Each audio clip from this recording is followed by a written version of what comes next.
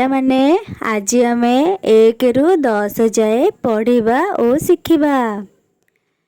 1 एकटी ଶୁଆ। ପିଲାମାନେ ମୋ ସାଥିରେ କୁହ। 2 ଦୁଇଟି କୁକୁଡ଼ା। 3 ତିନୋଟି ବଲ୍ ମାନେ ପେଣ୍ଡୁ।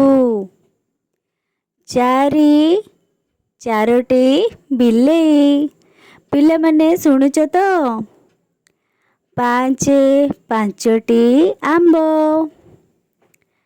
6 ଛଅଟି ମାଙ୍କଡ଼। ପିଲାମାନେ ମୋ ସାଥିରେ କୁହ।